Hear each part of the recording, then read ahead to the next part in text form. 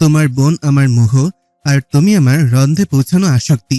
কসম করে বলছি, তোমার প্রতি আমার অনুভূতি অন্যরকম। বাবুই, তুমি তোমার শুদ্ধ ভাইয়াকে ফিরে যেতে বলো।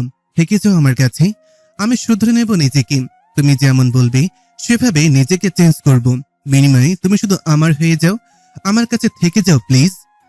আজ যদি মারা যাই তাহলে বেঁচে গেলাম, আর যদি কোনোভাবে আমি প্রাণে বেঁচে যাই তাহলে তুমি আমি আবারও মুখোমুখি হব। এবার ঝুটকো ঝামেলা আমাদের মাঝে আসার সুযোগ পাবে না, মিলিয়ে নিও। এই কথা শুনে শুদ্ধর বন্দুকের নলে চুমু খেতেই শুদ্ধ ট্রিগার চাপার আগেই হুড়মুড় করে একদল ছেলে উপস্থিত হলো। এসেই শুদ্ধকে এলোপাতাড়ি মারতে শুরু করে। শীতল কাটা মুরগির মতো চটফট করলে ইয়াসির শীতলের বাঁধন খুলে দিয়ে বলল, এভাবে কাঁদে না পাখি, ও মরে যাচ্ছি, যাক আমি তো আছি, আমি ভালোবাসবো তোমায়। কোনো কথা শোনার অবস্থায় নেই শীতল। গগন বিদারী চিৎকার করে তার একটা কথাই বলে যাচ্ছে বারবার। আপনারা থামুন না, মারছেন কেন ওকে? শুধু ভাই। এ কথা বলে শীতল ইয়াসিরকে ধাক্কা মেরে শুদ্ধর কাছে ছুটে গেল। শুদ্ধকে ছুতেও পারল না। তার আগে ইয়াসির তাকে ধরে বাহুডোরে আগলে নিল। শীতলের ভেজা চোখ মুছে দিয়ে বেশ আদুরে সুরে কান্না থামাতে বলল। ততক্ষণে হাসান আর শুদ্ধ মারতে মারতে শুইয়ে ফেলেছে ছেলেগুলো। হঠাৎই সেখানে বিকট শব্দে বিস্ফোরণ ঘটতেই সকলে ছিটকে দূরে গেল। একের পর এক বিস্ফোরণ হতে ইয়াসির দ্রুত সকলকে বেরিয়ে যেতে বলে নিজেও শীতলকে কাঁধে তুলে নিল। কিন্তু কয়েক পা এগোতেই শুদ্ধ এক পা বাড়াতে ইয়াসির হোঁচট খেয়ে তাল হারিয়ে পড়তে পড়তেই বেঁচে গেল। শুদ্ধ অপেক্ষা না করে ইয়াসিরের বা পায়ে শুট করে দিল। ইয়াসিরের ব্যথাতুর কণ্ঠে শুনে একটু দূরে এগোনো ছেলেগুলো ফিরে আসার আগেই তার কপালে পিস্তল ধরল শুদ্ধ। হাসান নিজেও উঠে দাঁড়িয়েছে। ইয়াসির আটকে গেছে দেখে বুড়াক ছেলেদের মাঝে দাঁড়িয়ে নিজেকে আড়াল করে শুট করল শুদ্ধর বুক বরাবর। শুরু থেকে হাসান খেয়াল করছিল বুড়াককে, এখন তার হাতে পিস্তল দেখে চিৎকার করতে ঘাড় ঘুরিয়ে তাকালো শীতল। তার টার্গেট বুঝে হাসান আর শীতল দুজনেই তড়িৎ শুদ্ধকে এক ধাক্কা দিয়ে সরালো ঠিকই, কিন্তু গুলি বিঁধল শীতলের বাহুতে এবং নিজেকে সামলে না নিতেই ভুলক্রমে পা দিয়ে বসলো কারেন্টের তারে। সেকেন্ডের মধ্যেই কারেন্টের শকে শরীর কেঁপে উঠল শীতলের শরীর। শুদ্ধ তার দিকে যেতে গেলে হাসান শুদ্ধকে সরিয়ে দিল। চিৎকার করে বলল শীতলকে এখন না ধরতে, কিন্তু শুদ্ধ শুনলে তো।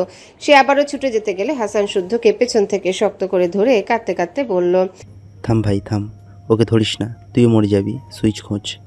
শুদ্ধ নিজেকে ছাড়াতে ছাড়াতেই সবাইকে অবাক করে দিয়ে ইয়াসির খোঁড়াতে খোঁড়াতে গিয়ে সুইচ অফ করে দিল। শীতল ধপ করে পড়ল মেঝেতে। হাসান কোনোভাবেই শুদ্ধকে ধরে রাখতে পারছে না। চিৎকার করে শুদ্ধ তাকে ছাড়াতে বলছে। এক পর্যায়ে শুদ্ধ হাসানকে ধাক্কা মেরে দৌড়ে গেল শীতলের কাছে। মাথাটা তুলে নিল নিজের কোলে, গাল চাপড়ে ডাকতে থাকলো করুণ সুরে, কিন্তু ততক্ষণে শীতলের চোখ বুজে গেছে। শক্ত মেঝেতে আছড়ে পড়ে কপালে সবুজ কালশিটে পড়ে গেছে। সে আবারও ডাকলো, এই এই ওর না শীতল, এই শীতল, আমি ডাকছি তো নাকি? খবরদার বলছি, অজ্ঞান আবার ভান ধরবি না, খুব মারবো কিন্তু। এই কথা বলে হঠাৎ খেয়াল করলো শীতল শ্বাস নিচ্ছে না। দুহাত দিয়ে বুকে চাপ দিলেও কাজ হলো না। এবার মাউথ টু মাউথ রেসিপ্রোকেশন করলো। আবার ডাকলো, শীতল, এই শীতল, দেখ না আমি এসেছি, চোখ খোল, তাকা আমার দিকে, তাকা। আমার আমিটাকে কেড়ে নিয়ে এখন আমাকে ছেড়ে চলে যাওয়ার পায়তারা খুঁজছিস তুই? কেন, আমাকে জ্বালানোর শখ মিটে গেছে তোর এত তাড়াতাড়ি? তুই না বলেছিলি আমার বউ হবি, আমার সঙ্গে তোর স্বপ্নের দেশ নরওয়েতে যাবি, আমার হাত ধরে গোলাপি রঙে আকাশ দেখবি। আমি এসেছি তো, তাকা প্লিজ, একবার তাকা না, এই তাকা না। ভেজা কণ্ঠে এ কথা বলে শুদ্ধ থামলো। জোরে জোরে কবার শ্বাস নিয়ে প্রথমবার স্বেচ্ছায় শীতলের কপালে খুব যত্ন করে আদর রেখে দিল। এটা করতে গিয়ে তার চোখ দিয়ে ঝরঝর করে কয়েক ফোঁটা অশ্রু ঝরে পড়ল অবচেতন শীতলের গালে। কত যত্নে হাত বুলালো গলগল করে রক্ত বের হওয়া শীতলের বাহুতে। কাপা কাপা হাতে সে সেখানে রুমাল বাঁধলো। তারপর শীতলকে কোলে তুলে বিড়বিড় করে বলল, তোর মৃত শরীর বহন করার শক্তি কি আমার আছে বল? নেই তো, একদমই নেই। খবরদার মরা ব্যথাটা করবি না, যদি করিসও তবে জেনে রাখ তোর কবরের পাশে কবরটা হবে তোর শুদ্ধ পুরুষের। এই কথা বলে টালমাটাল পায়ে শীতলকে নিয়ে সে বেরিয়ে এলো। হাসান নিজেও বেরিয়ে এলো শুদ্ধের পেছন পেছন। অ্যাঞ্জেলিকা উড়ে এসে বসলো শুদ্ধর কাঁধে, শব্দ করে ডাকতে লাগলো শীতলকে। তার ডাকে সাড়া না দিলে উড়ে গিয়ে বসলো শীতলের পেটের উপর, হাত দুটো ঠোকর দিয়ে বোঝালো তাকে একটু আদর করতে, কিন্তু শীতল কি আর সেই অবস্থায় আছে? অতঃপর তারা গাড়িতে ছুটলো আশেপাশের হসপিটালে। বিপদের দিনে নাকি বিপদ না এলে বিপদ বানায় না। ছোটখাটো হসপিটালে যা সন্ধান পেয়েছিল সেখানে নাকি ডাক্তার থাকে না, এখনও নেই। নার্সগুলো যেন ভিআইপি কোনো পার্সন, তাদের কিছু বললে গুরুত্ব তো দিলই না, মুখ বাঁকিয়ে ফোন টিপায় মনোযোগ দিল। অন্য সময় হলে এদের সাইজ করে তবে শুদ্ধ বের হতো। কিন্তু হাতে সময় এনে দেখে হাসান জেট হসপিটালের মাঠে আনার ব্যবস্থা করলো। জেটের চালকও আশেপাশে থাকায় দ্রুত চলে এলে তারা উড়াল দিল ঢাকার পথ ধরে। এইটুকু সময়ে শুদ্ধ শীতল কেমনভাবে তার বাহু ডোরে আগলে রাখলো, যেন ছাড়লে সে হারিয়ে যাবে। অতঃপর তারা ঢাকায় নিজস্ব হসপিটালে পৌঁছাতে ডাক্তার নার্সরা ছুটে এলো। স্ট্রেচারে শীতলকে শুইয়ে ছুটে গেল ওটি রুমে। বন্ধ ওটি রুমের দরজার দিকে একবার তাকালো নিজের রক্তাক্ত হাতের দিকে, তারপর বিড়বিড় করে বলল, আমাকে ছেড়ে যাওয়ার পায়তারা করবে না, বলেও না। আমি কিন্তু এসব ফাজলামি মোটেও বরদাস্ত করবো না। কেননা আমার এই জীবন ভাজা ভাজা করার জন্য হলেও তোকে প্রয়োজন। আমার অশান্ত বুকটাকে শান্ত করতে তোর কুচ্ছেদ মুখের হাসিটা প্রয়োজন। যদি এর বিপরীতে কিছু ঘটে তবে আমি আমার জীবনের মায়া করব না, একটুও করব না। বিশ্বাস না হলে ফাঁকে দিয়ে মিলিয়ে নিস তোর অনুপস্থিতিতে সত্যর কোনো অস্তিত্ব পৃথিবীতে থাকবে কিনা। আমি মুখে বলেছি ভালোবাসি না, বাসবও না, তবে ছেড়ে থাকার কথা একবারও বলিনি। বলবো বা কিভাবে? ছেড়ে থাকতে পারবো না তো। শুদ্ধ আব্বা আমার। দোতলার ওটি রুমের সামনে দাঁড়ানো শুদ্ধ কারো বিস্ময় ভরা কণ্ঠস্বর শুনে পিছনে ফিরে তাকালো। তার থেকে দুহাত দূরে সিরাত, সাম্য সৃজনের হাত ধরে চুপটি করে দাঁড়িয়ে আছে, চোখে হতবাক চাহনি। শুদ্ধ ওখানে কেন, কখন এসেছে, একা কেন এসেছে, যখন তাদেরকে জানালো না কেন? এই কথা চিন্তা করে উনি দ্রুত শুদ্ধর দিকে এগিয়ে গেলেন। পুনরায় জিজ্ঞাসা করার আগেই হাসান এসে কিছু বলতেই শুদ্ধ ওনাকে দাঁড়াতে বলে দ্রুত পায়ে কোথায় যেন চলে গেল। উনি এবার আশেপাশে তাকালে একজন নার্স বলল, ওনার পেশেন্ট তো। বাকি কথা বলার আগে ওনারও ডাক পড়তে উনিও ছুটে চলে গেলেন। সিরাত হতবাক হয়ে তাকিয়ে রইল শুধু। ওনারা খবর পেয়ে সকালবেলা হসপিটালে ছুটে এসে ঐশ্বর্যের ঘটনা জেনেছে। সায়ন রাত থেকে ঐশ্বর্য নামের মেয়েটার জন্য ছুটাছুটি করছিল, তাও জানা গেছে। আর মেয়েটাকে রুবাব যে মেয়েটার প্রতি কত দুর্বল সেই ঘটনাও স্পষ্ট। কাউকেই বাড়তি করে বলার প্রয়োজন পড়েনি। ছেলের বিপদের খবর শুনে রাগ ভুলে কিছুক্ষণ আগে শতরূপা চৌধুরীও ছুটে এসেছেন। এসে ছেলেকে বুকে জাপটে ধরে বলেছেন, সবকিছুর মালিক আল্লাহ। ধৈর্য ধরো বাবা, ধৈর্যের ফল সুমিষ্ট হয়। রুবাব মায়ের হাত আঁকড়ে ধরে কোনো কথাই বলতে পারেনি, অঝরে কেঁদেছে শুধু। তারপর সবাই মিলে ছেলেটাকে কত বোঝালেন। ওনারা এতক্ষণ 3তলার ওয়েটিং রুমে বসেছিলেন। মেয়েটার একটা ভালো সংবাদ পাওয়ার জন্য অধীর আগ্রহে বসেছিলেন, কিন্তু ঐশ্বর্যকে নিয়ে ডাক্তার কোনো রকম আশার সংবাদ দিতে পারেনি। বাঁচবে নাকি মরবে তাও বলেনি, শুধু এইটুকুই জানিয়েছে তার শরীরে চামড়া এমনভাবে ঝলসে যে সেটা পূর্বের মতো কখনোই হবে না। একথা শুনে রুবাব মলিন হেসে জবাব দিয়েছে, চেহারা নিয়ে চিন্তা নেই, সে বাঁচবে তো। একথা শুনে ডাক্তার কিছুক্ষণ ছেলেটার মুখের দিকে তাকিয়ে দীর্ঘশ্বাস চেপে স্থান ত্যাগ করেছেন। ওনারা এসেছিলেন খুব সকালের দিকে, এখন বাজে বেলা 12টা। এত বেলা হয়েছে অথচ কারো গলা দিয়ে পানিটুকু অবধি নামেনি। সবাই শুকনো মুখে ভালো একটা সংবাদের আশায়। এদিকে সবার কান্নাকাটি, মন খারাপ দেখে সাম্য সৃজনও কাউকে কিছু বলার সাহস করতে পারেনি। সায়নও নেই, তারা হসপিটালে এসে তাকে দেখতে পায়নি। এতক্ষণ না খেয়ে থেকে সৃজন সাম্যকে খোঁচা মেরে দৃষ্টি আকর্ষণ করলো। সাম্য তাকালে মিনমিন করে মায়া মায়া স্বরে বলল, ভাইয়া আমার না পেট ব্যথা করছে, বোধহয় ক্ষুধা লেগেছে, কিছু মিছু খেলে বোধহয় ভালো লাগতো। ভাইয়ের কথা শুনে সাম্য চমকে পাশ ফিরে তাকালো। সচরাচর সৃজন তাকে ভাইয়া সম্বোধনে ডাকে না, কারণ তারা যমজ। তবে সৃজন যখন বিপদে পড়ে কিংবা কোনো ব্যাপার সমাধান খুঁজে পায় না, তখন ডাকে পরিবর্তন আনে। সাম্যকে বড় ভাইয়ের আসনে বসিয়ে দিয়ে মনের কথা শেয়ার করে সমাধান চায়। তবে ভাইয়ের ক্ষুধা লাগার কথা শুনে সাম্য সবার দিকে তাকালো। এবার কি হবে? ভাই খেতে চাচ্ছে, খাবার কোথায় পাবে? একটু দূরেই ফিল্টারে পানি খাওয়ার ব্যবস্থা দেখে 1 গ্লাস পানি এনে ভাইকে দিল, কিন্তু পানি খেয়ে ক্ষুধা যেন মাথা চাড়া দিয়ে উঠল, গা গুলাতে লাগলো। এই কথা সাম্যকে জানালে সাম্য করুণ চোখে ভাইয়ের দিকে তাকালো, মাথায় হাত বুলিয়ে দিল। সে তো টাকা নিয়ে আসেনি, কিছু টাকা থাকলে দৌড়ে গিয়ে কিছু মিছু এনে ভাইকে দেওয়া যেত। স্বর্ণ শখ আপুকেও আশেপাশে দেখছে না। রুবাব ভাইয়ার মন খারাপ, কার কাছে টাকা চাইবে? একথা ভাবতে ভাবতে বড়দের দিকে তাকাতেই দেখে তার 3 মা তাদের দিকেই তাকিয়ে আছে। দূর থেকে বুঝে গেছে ঘটনা। সন্তান যতই বড় হোক, মুখে কিছু না বলুক, কিন্তু মুখ দেখে মনের কথা বোঝার ক্ষমতা শুধু মায়েদেরই আছে।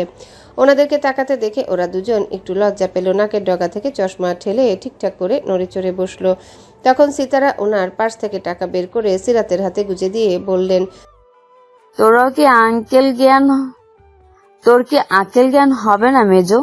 বাচ্চা দুটো না খেয়ে আছে, সেটাও খেয়াল করিসনি তুই? একজন খেতে বসে সেই যে উঠে গেল, আর খোঁজ নেই। বাড়ির লোক চিন্তা করছে, একটা ফোন করে জানাবে তাও করছে না। আরেকজনকে হসপিটালে এসেও দেখতে পেলাম না। রুবাটাকে কি বলবো বুঝতে পারছি না। সব কটা একসাথে আমার জান ভাজা ভাজা করতে উঠে পড়ে লেগেছে। কান্না ভেজা কণ্ঠে একথা বলতে বলতে ওনার গাল গড়িয়ে অশ্রু নামলো। জায়ের কথা শুনে সিরাত মুখ কাচুমাচু করলেন। মনে ঠিকই আছে, কিন্তু এই পরিস্থিতিতে কি করবেন বুঝে উঠতে পারছিলেন না। পার্সও আনেননি। এই অবস্থায় টাকা চাইতে নিজের বিবেকে বাজছিল। তবে টাকা পেয়ে বসে না থেকে সাম্য সৃজনকে নিয়ে ক্যান্টিনের দিকে চলে গেলেন। বাচ্চা দুটোকে পেট পুড়ে খাওয়ালেন, শুকনো কিছু খাবার কিনে দিলেন, 2টা স্যালাইন কিনে ইনটেক পানি বোতলের ক্যাপ খুলে গুলিয়ে নিয়ে ফিরে এলেন। এটুকু সময়ের মধ্যে লিফটের কি সমস্যা হয়েছে কে জানে, তাই ভিড় এগিয়ে দোতলা সিঁড়ি পেরিয়ে 3তলা সিঁড়িতে পা দিতেই পা থমকে দাঁড়িয়ে গেলেন। পরিচিত কাউকে দেখলেন ভেবে এগিয়ে দেখেন পেছনে ঘুরে একটা ছেলে দাঁড়িয়ে আছে। অবাক হলেন তাকে দেখে। তারপর বিস্ময়ের ঠেলে ডেকেই ফেললেন শুদ্ধকে। পেছনে ঘুরতে সিরাত এগিয়ে এসে কিছু বলার আগে তো চলে গেল ছেলেটা। একটু পর শুদ্ধ ফিরে এলে উনি শুদ্ধর মুখে বুকে হাত বুলিয়ে উত্তেজিত কণ্ঠে বলতে লাগলেন, আব্বা, আব্বা রে, কি হয়েছে তোর? কিভাবে এত ব্যথা পেলি? রক্ত কেন তোর গায়ে? শীতল, আমার শীতল কোথায়? কোথায় রেখেছিস মেয়েটাকে? শুদ্ধ ব্যাকুল স্বরে মেজুমাকে কথা বলতে দেখে হাত ধরে থামালো। এইটুকু কথা বলতে বলতেই হাঁপিয়ে গেছেন, রীতিমতো শ্বাসকষ্ট শুরু হয়ে গেছে। শুদ্ধ ওনাকে ধরে পেতে রাখা চেয়ারে বসালো। ওনার হাতে থাকা পানির বোতল থেকে পানি নিয়ে ওনাকে খাওয়ালো। তারপর স্বাভাবিক হলে শুদ্ধ জানতে চাইলো উনি এখানে কেন। সিরাত যতটুকু জানে সেটাই শুদ্ধকে জানালো। বাড়ির লোক জানে না শুদ্ধর গোপন ল্যাব সম্পর্কে, তাই লুটপাট হওয়ার ঘটনাও অজানা। রুবাবের পছন্দের মানুষ এইটুকু জানে ওনারা। কিন্তু শুদ্ধ ঠিকই 2 2 4 মিলিয়ে নিল। সে কয়েকবার ঢোক গিলে বন্ধ ওটির দিকে নির্বাক দৃষ্টিতে তাকিয়ে রইল। অসহনীয় যন্ত্রণায় জর্জরিত হওয়া বুকটায় যেন নতুন করে কয়েক টন পাথর এসে জমা হলো। চোখের তারায় ভাসলো রুবাবার ঐশ্বর্যের মুখ। এরই মধ্যে সাম্য সৃজন কখন 3তলায় ছুটে গেছে খেয়াল করেনি তারা দুজনই। দৌড়ে গিয়ে বাড়ির সবাইকে ডেকে এনেছে তারা। শুদ্ধ হসপিটালে শুনে সবাই এসে তাকে ঘিরে ধরল। সিতারা কাঁদতে কাঁদতে শাড়ির আঁচল দিয়ে যত্ন করে ছেলের মুখ মুছিয়ে দিলেন, কপালে চুমু খেলেন। শুদ্ধর গায়ে রক্ত আর ছোট ছোট আঘাতের চিহ্ন দেখে সকলে নেত্রজোড়া ভিজে উঠল। ছেলেটা কত ব্যথা নিয়ে অনড় হয়ে দাঁড়িয়ে আছে। সেমিন একটু দূরে চোখে আঁচল চেপে ধরে নীরবে কেঁদে যাচ্ছেন। শুদ্ধ ঘাড় ঘুরিয়ে দেখলেও কিছু বলল না। তখন ওটির দরজা খুলে ডাক্তার হন্তদন্ত হয়ে বেরিয়ে এলেন। গলা খাকারি দিয়ে শুদ্ধকে বললেন, mister Shoaib, sorry to say পেশেন্টের ক্রিটিক্যাল কন্ডিশন। কোনোভাবেই হার্টবিট স্বাভাবিক হচ্ছে না। গুলি, কারেন্টের শক একসাথে হওয়ায় তার অবস্থা ক্রমাগত খারাপের দিকেই যাচ্ছে। বুলেট বের করা হয়েছে, তবে গুলির কারণে শরীর দুর্বল ও রক্তক্ষরণের জন্য অক্সিজেন সরবরাহ কমে যাচ্ছে। বিশেষ করে কারেন্টের শকে ওর অবস্থা আরও শোচনীয় হচ্ছে। এটুকু বলে ডক্টর থামলেন। তারপর না চাইলেও অপ্রিয় কথা বলেই ফেললেন, আসলে যা অবস্থা, যখন যখন তখন তার হৃদয় থমকে যেতে পারে। প্রস্তুত থেকো ইয়ং ম্যান। এই কথা বলে ডাক্তার নার্সের দিকে তাকালে। নার্স কাগজ কলম এগিয়ে এলেন। শুদ্ধ সেটা হাতে নিয়ে দেখে বনসই দিতে হবে। শুদ্ধ হতভম্ব হয়ে তাকিয়ে রইল ডাক্তারের দিকে। মানে কি সব আবল তাবল বকতে শুরু করেছে ডাক্তার? ওদিকে ডাক্তারের কথা শুনে সকলে কাঁদতে শুরু করেছে। সিমিন দৌড়ে এসে কিছু একটা বলতে চাইলেন, কিন্তু উনি একটা শব্দ উচ্চারণ করতে পারলেন না। হাউমাউ করে কেঁদে গেলেন। শুদ্ধ কম্পিত হাতে কাগজটার দিকে তাকিয়ে রইল। তার দায়িত্ব কাঁধে নিতে পারল না। কাবিন নামায় তার নামের পাশে ওর নাম জুড়াতে পারল না, অথচ তার জন্য নাকি বন্ডে সাইন করতে হবে। এই দিনটাও দেখতে হলো। ব্যাঙাচি তাকে এই পর্যায়ে এনে দাঁড় করালো। এতবার করে বলল ছেড়ে যাওয়ার আয়োজন না করতে, সে সেটাই করেছে। কোনো মানে হয় এসবে? কোথায় সায়ন? আসছে না কেন? আদরের বোনকে সে কিছু বলছে না কেন? তাকে কি আবার চেলা কাঠ হাতে নিতে হবে? অন্যদিন না হয় তার প্রতিটা কথায় ধাপে ধাপে অবাধ্য হয়, তাই বলে আজও হবে? হতেই হবে। নিজের কথা শেষ করে ডাক্তার দাঁড়ালেন না। নার্সকে সাইন নিতে বলে ওটিতে ঢুকে গেলেন। শুদ্ধ অনড় হয়ে এখনো তাকিয়ে আছে কাগজটার দিকে। ছাত্রজীবন কিংবা পেশাগত দিক থেকে এই অবধি সে অসংখ্য ভার কাগজে সিগনেচার করেছে। নামি দামি কাগজ সাইন করায় আটকে যাওয়া কাজ সম্পূর্ণ হয়েছে, তবে কখনো এমন লাগেনি। বুকের ভেতর এভাবে দুমড়ে মুচড়ে প্রলয়ঙ্কারী ঝড় ওঠেনি। অথচ আজ হাতই চলছে না। কাগজটা মনে হচ্ছে কয়েক টন ভারী। ধরে রাখাতে মনে হচ্ছে শরীরে সবটুকু শক্তি চুষে নিচ্ছে। কয়েক হাত দূরে দাঁড়ানো শারাফাত চৌধুরী ছেলের মনের অবস্থা বুঝে এগিয়ে এলেন। কাঁধে হাত রাখলে শুদ্ধ বাবার দিকে তাকালো। বাবাকে দেখে শুদ্ধর খুব ইচ্ছে করলো ছোটবেলার মতো করে অভিযোগ করতে, কিন্তু এখন তো সেসব সাজে। সে যদি বলে ভঙ্গুর মানুষটা আরো ভেঙে পড়বে। তবে সে কিন্তু ঠিক বুঝতে পারছে বাবার ভেতরটা জ্বলে যাচ্ছে। জ্বলবেই তো, শীতল তো ওনার কলিজা। গাদির মতো টকটকে গায়ের রং আর কিছুটা মুখের আদল পাওয়াতে ভালোবাসাটা যেন আরেক দফা বেশি। ভালোবাসার জেদ ধরে অভিযোগ করলেও যে খাটবে না তা খুব ভালো করেই জানে সে। এদিকে ছেলের মুখ দেখে শারাফাত চৌধুরীর কিছু বলার ভাষা পেলেন না। অগত্যা উনি কাগজটা নিজের হাতে নিয়ে দিক বেদিক না তাকে সিগনেচার করে দিলেন, না সেটা স্থান ত্যাগ করলেন। এদিকে ঝামেলার মধ্যে 3তলা থেকে খবর এলো ঐশ্বর্যের আরো খারাপ অবস্থা। অসহ্য জ্বালা পড়ায় কাটা মুরগির মতো ছটফট করছে বেচারি। কখনো মাকে ডাকছে, কখনো বাবাকে, কখনো বা আল্লাহকে। আগুনে পোড়া কিংবা অ্যাসিডে ঝলসে যাওয়া মানুষের যে কত কষ্ট সেটা নিজের চোখে না দেখলে বোঝা যায় না। এদিকে ঐশ্বর্য কাঁদছে, আরেকদিকে তার কান্না দেখে রুবাব কাঁদছে। ওদের কান্না দেখে শতরূপা বিপদে কাটার দোয়া পড়েই যাচ্ছেন। দোয়া পড়তে পড়তে ওনার চোখ দিয়েও ঝরছে অশ্রুধারা। এতদিন মেয়েটার বাবার জন্য মেয়েটা বিয়েতে রাজি হতো না। অন্যদিকে রুবাবও জেদ ধরে তাকে ছাড়া অন্য কাউকে বিয়ে করবে না বলে রাজি হতো না দেখে খুব বকাঝকা করতেন। কথা বলাও অফ করে দিয়েছিলেন, কিন্তু কখনো ছেলে মেয়ে দুটোকে বদদোয়া দেননি, অমঙ্গল কামনা করেননি। তবুও তারা এত কষ্ট পাচ্ছে, এত কষ্ট চোখে দেখা যায়। এতে মেয়েটার সাথে এমন কিছু কি হওয়া লাগতো? ঐশ্বর্যের কথা শুনে শুদ্ধ হাত দাঁড়ালো না। শারাফাত চৌধুরীকে এখানে থাকতে বলে দ্রুত পায়ে গেল 3তলায়। নিজেই ডাক্তারের সাথে কথা বলল, সরাসরি জানতে চাইলো বেস্ট চিকিৎসা এখানে সম্ভব কিনা। যদি হয় তাহলে রাখবে, নয়তো এমার্জেন্সি দেশের বাইরে পাঠিয়ে দিবে। বসে থাকার সময় কারো হাতে নেই। অতঃপর ডাক্তারের সাথে ফাইনাল কথা বলে শুদ্ধ বাইরে এলো। রুবাব 2 হাতে মুখ ঢেকে চুপ করে বসে আছে। তার হাতে কবজি গড়িয়ে অশ্রুফোঁটা গড়িয়ে যাচ্ছে। রুবাব ব্যাকুল হয়ে কেঁদেছিল ওর বাবা মারা যাওয়ার পর। তারপর তাকে এভাবে কাঁদতে দেখেনি কেউ। শুদ্ধ সায়ন কখনোই কোনো ভাই বোনের কান্না সহ্য করতে পারে না। কেউ কাঁদলে ইচ্ছে করে যতই কষ্ট হোক সব আবদার পূরণ করে হাসি ফোটাতে, কিন্তু এই মুহূর্তে রুবাবের হাসি ফোটাতে অক্ষম সে। ওর হাসির কারণ যে বেডে শুয়ে ছটফট করছে। শুদ্ধ ইচ্ছে করে ঐশ্বর্যকে দেখতে গেল না, কারণ এই অবস্থা তার কাছে যাওয়াও ঠিক হবে না। তবে দূর থেকে দেখতে গিয়ে ঐশ্বর্যের চোখে চোখ পড়ে গেল। ঐশ্বর্য রুবাবকেই খুঁজছিল, কিন্তু শুদ্ধকে থেকে ঠোঁট ভেঙে কেঁদে ফেললো। 2 হাত জোর করে ক্ষমা চাইলো, কারণ সে শুদ্ধর এতদিনের পরিশ্রম রক্ষা করতে পারেনি। শুদ্ধর ল্যাবটা আমানত হিসেবে পেয়ে সে আমানত রক্ষা করতে। তাকে কাঁদতে দেখে শুদ্ধর ঠোঁটে হাসি আটলো। ঠোঁটের কাজটায় 2 আঙ্গুলের সাহায্যে হাসতে ইশারা করলো। কাঁদতে বারণ করলো, ধৈর্য ধরতে বলল। ইশারায় বোঝালো আবারও নতুন করে তৈরি করবে। ঐশ্বর্য বুঝলো সবই, তবে তার কান্নার বেগ বাড়ল। তাকে ব্যাকুল সুরে কাঁদতে দেখে শুদ্ধ পুনরায় বুঝালো সে সর্বদা আছে তার পাশে। ভাইয়ের মতো এতদিন খেয়াল রেখেছে, প্রাণ থাকা অবধি সেভাবেই দেখবে। সে যেন না কাঁদে, ল্যাবের জন্য না কষ্ট পায়। তার সুস্থ হতে হবে। রুবাবের মুখের হাসি ফোটাতে হলেও তাকে কষ্ট সামলে উঠতে হবে। শুদ্ধ যতটুকু পারে বোঝালো ঐশ্বর্যকে। মজার ব্যাপার হচ্ছে তাদের ল্যাবে একজন বোবা ছেলে কাজ করত। ট্যালেন্ট থাকলে প্রতিবন্ধকতা কোনো ব্যাপার না। ছেলেটা তার কাজ দিয়ে সেটাই দেখিয়েছিল। মিশুক প্রকৃতির ছেলেটা সবার সাথে মিশতে চাইতো, কিন্তু কেউ তার কথা বুঝতো না দেখে এড়িয়ে যেত। কিছু বলতে গেলে বিরক্ত হতো। পরে এই শুদ্ধরা তার সঙ্গে ইশারায় কথা বলাটা রপ্ত করে ফেলেছে। আজকে সেটা কাজে লাগলো। অতঃপর শুদ্ধ ঐশ্বর্য থেকে বিদায় নিয়ে সরে গিয়ে রুবাবের কাছে গেল। আস্তে করে কাঁধে হাত রাখতে রুবাব অশ্রু ভেজা লাল বর্ণ চোখে তাকালো। এই সময় শুদ্ধকে দেখে রুবাব ঢোক গিলে উঠে দাঁড়ালো। তারপর কি ভেবে চট করে শুদ্ধকে জড়িয়ে ধরলো। তারপর কাঁদতে কাঁদতে বলল, মাফ করে দে ভাই আমার, তোর আমানত রক্ষা করতে পারিনি। আমার ওই ঐশ্বর্য ভালো নেই ভাই, ওকেও মাফ করে দে।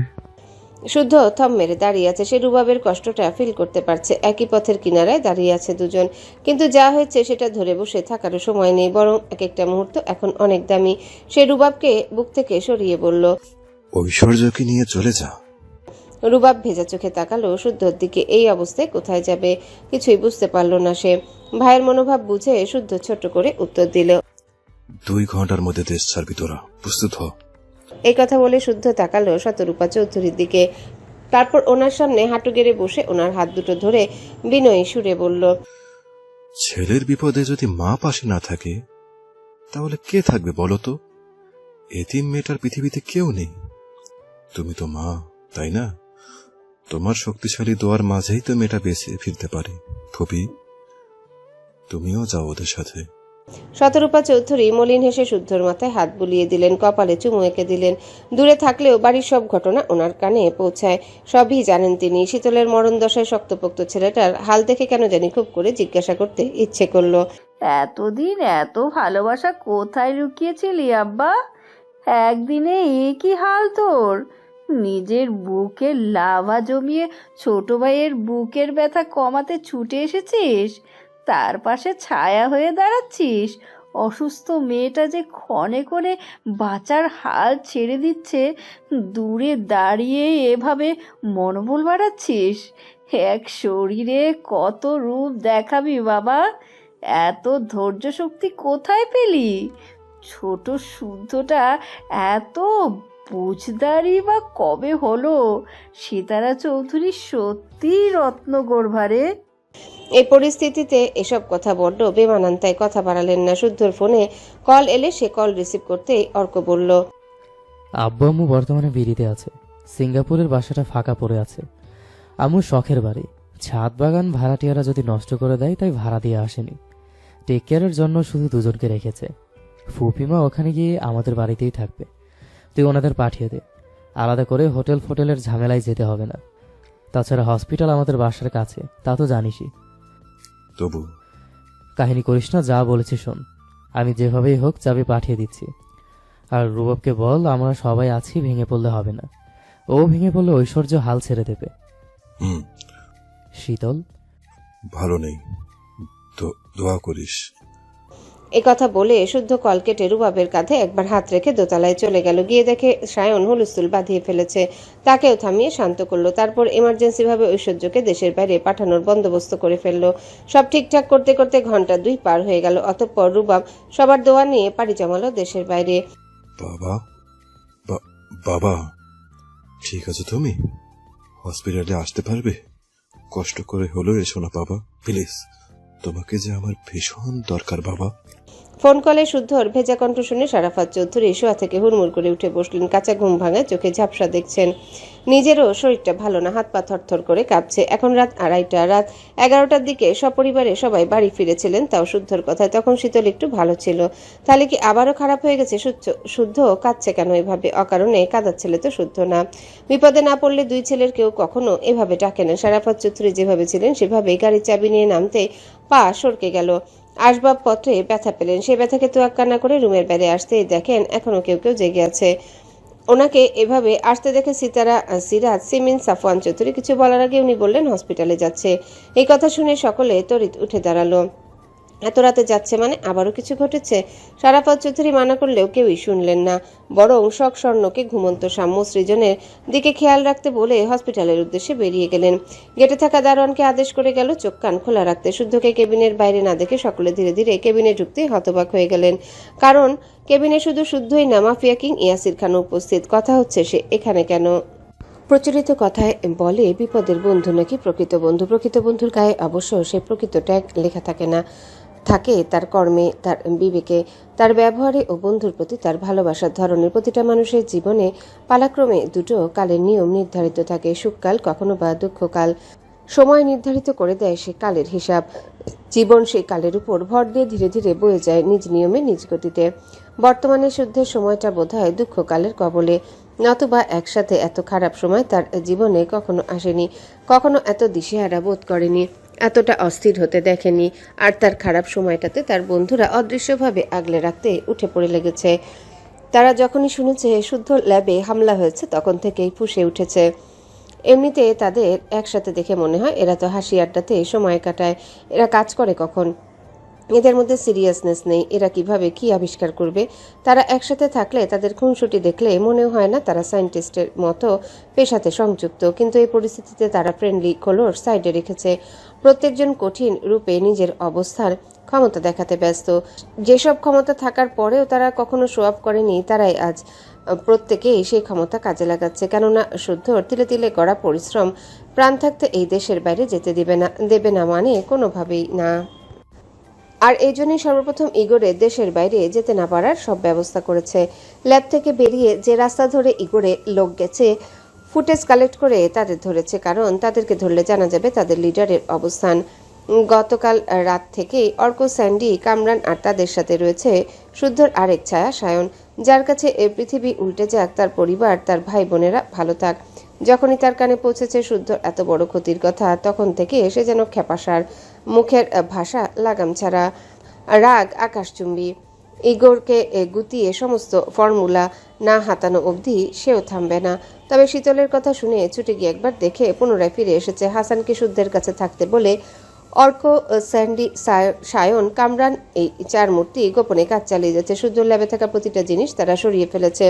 ইগো শুধু বেশি বাজেটের ফর্মুলা হাতিয়েছে। আরও আছে যেগুলোর খবর সে জানে না। শুদ্ধ বিপদে সেও জানে এবং আবারও ফিরে আসতে পারে। বাঙালি কিংবা অবাঙালি, রক্তে মাংসে গড়া মানুষ তো মনে লোভ থাকবে। আর এই লোভ কারো বিপদ মানা দূর, বরং আরও বিপদে ফেলে তার স্বার্থ হাসিলে উঠে পড়ে লাগবে, যেটা ইয়াসিরকে কাজে লাগিয়ে ইগোর করতে চাচ্ছে। শীতলকে কিডন্যাপ, শুদ্ধর উদ্ধার করা, এসব এক একটা প্ল্যানের অংশ, যাতে শুদ্ধ শীতলের দিকে ব্যস্ত থাকে আর এই সুযোগে ইগোর তার ফর্মুলা হাতিয়ে সরিয়ে পড়তে পারে। এই অবধি তাদের দুটো প্ল্যানই সাকসেস। এখন দেশের বাইরে যেতে পারলে শুদ্ধরও আর কিছুই করার থাকবে না। কিন্তু শুদ্ধ তো একা নয়। শুদ্ধ যেমন কারো বিপদে নিজের সর্বোচ্চ দিয়ে পাশে থাকে, তেমনি তার বন্ধুরাও। তারাও দেখিয়ে দিবে শুদ্ধ একা নয়, তার বন্ধুরা ছিল, আছে, দেহে প্রাণ থাকলে ভবিষ্যতেও থাকবে।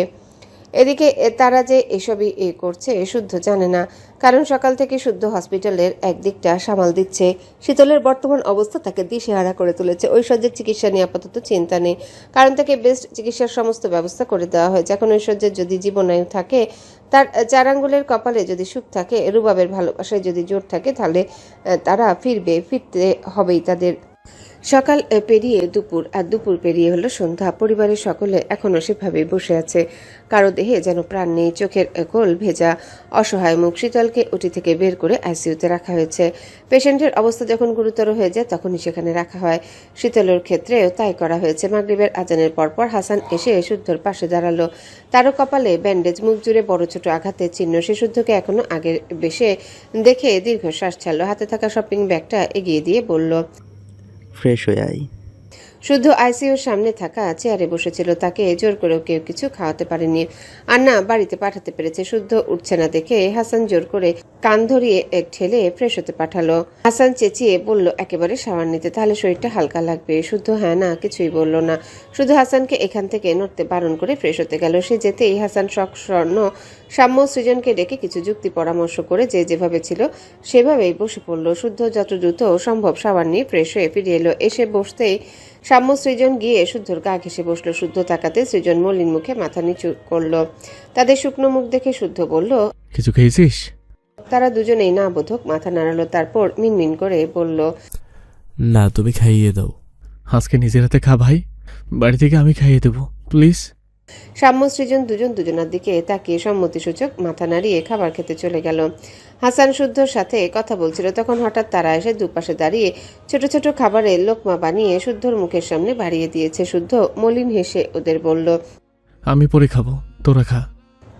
তখন সাম্য জবাব দিল, বড় মা বলে কেউ খাবারের লোকমা এগিয়ে দিলে ফিরিয়ে দিতে নেই, তাহলে ভাত রাগ করে, তারপর মরে গেলে সেই ভাত বেমনুল হয়ে হুল ফুটিয়ে দেয়। সাম্য কথা শেষ করতে সৃজন তার লোকমা আরো একটু বাড়িয়ে দিয়ে বলল, শীতল আপুই কি শুধু তোমাকে ভালোবাসে? আমরাও তো বাসি। খাও না ভাইয়া, একটু খাও। তুমি না খেলে শীতল আপু সুস্থ হয়ে যখন জানতে পারবে তোমাকে খাওয়াতে পারিনি, তখন আমাদেরকে খুব রাগ করবে। শুদ্ধ চুপ করে আছে দেখেছি তারা এগিয়ে এলেন। ছেলের মাথার বুকে পিঠে হাত বুলিয়ে কান্নারত স্বরে খেতে বললেন। শুদ্ধ লালবর্ণ চোখে চুপ করে বসে মাথা নিচু করে বসে আছে। এদের কিভাবে বোঝাবে ভাতের লোকমা তার গলা দিয়ে নামবে না। কিন্তু সাম্য, সৃজন আবারও আদুরে স্বরে বলল, ভাইয়া একটু খাও। এই কথা বলে সৃজন ফট করে বলল, সাম্য হাত ধোয়নি, আমি হাত ধুয়েছি, আমারটা খাও। এই কথা শুনে সাম্য প্রতিবাদ করে বলল, মিথ্যে বলেছি সেজন, আমিও হাত ধুয়েছি, ভাইয়া আমারটা খাবে? এই কথা বলে সে ছোট ছোট লাল ধরে কি যে মিষ্টি করে বলল। ও ভাইয়া খাও। শুদ্ধ আপ্রাণ চেষ্টা করেছে নিজেকে সামলানোর। বড় হয়ে সে কবে কারো সামনে কেঁদেছে মনে পড়ে না, কিন্তু আজ মনে হচ্ছে নিজেকে সামলাতে পারবে না। আর এই দুটোকে এখন ফিরিয়ে দিলে নিজেরাও খাবে না, বরং কেঁদে ভাসাবে। সে কিছুক্ষণ চুপ থেকে বলল, আমাকে না জ্বালালে তোরা কেউ শান্তি পাস না, তাই না? একজন তো আমার ঘুম হারাম করে হারামের ঘুম ঘুমাচ্ছে। আমার প্লেটের খাবার না খেলে নাকি তার পেট ভরে না।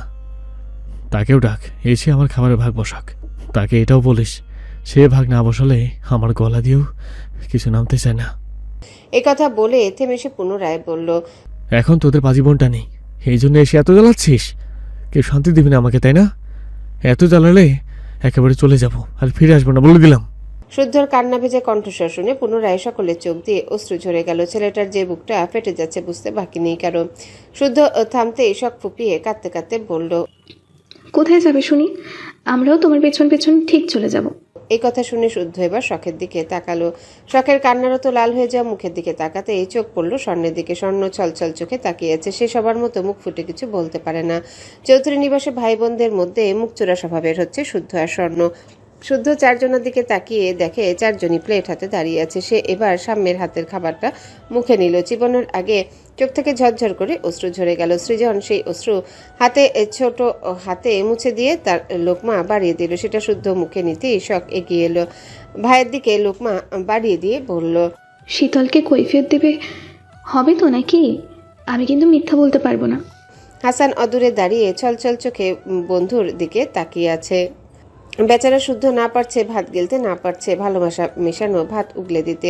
সে পানির বোতল এগিয়ে দিলে শুদ্ধ পানি দিয়ে ভাত গিলল শুধু। তারপর নিল শখের বাড়িয়ে দেওয়া লোকমা। স্বর্ণ চুপ করে দাঁড়িয়েছে, তার হাতেও ভাতের লোকমা। তবে সবার মতো সে এগিয়ে আসেনি দেখে শুদ্ধই বলল, সবাই যে যেমন পারছে অত্যাচার করছে, তুই বাদ দিবি কেন? তুইও আয়। স্বর্ণ এগিয়ে এসে সেও ভাইয়ের মুখে ভাত তুলে দিল। বাকিদের মতো সে ভ্যাভ্যা করে কাঁদতে পারে না। যদি পারতো তাহলে ছোট বোনটার জন্য সে প্রাণ ভরে কাঁদত।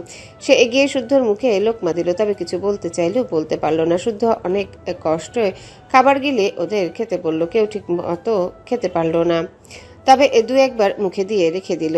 এরপর চার ভাই বোন শুদ্ধর পাশ ঘেঁষে কাঁধে মাথা রেখে বসলো। চুপ করে পাঁচ ভাই বোন তাকিয়ে আছে আইসিইউ রুমের দরজার দিকে, অপেক্ষা করছে কখন শীতল উঠে দৌড়ে এসে বলবে, হসপিটালে মানুষ থাকে নাকি?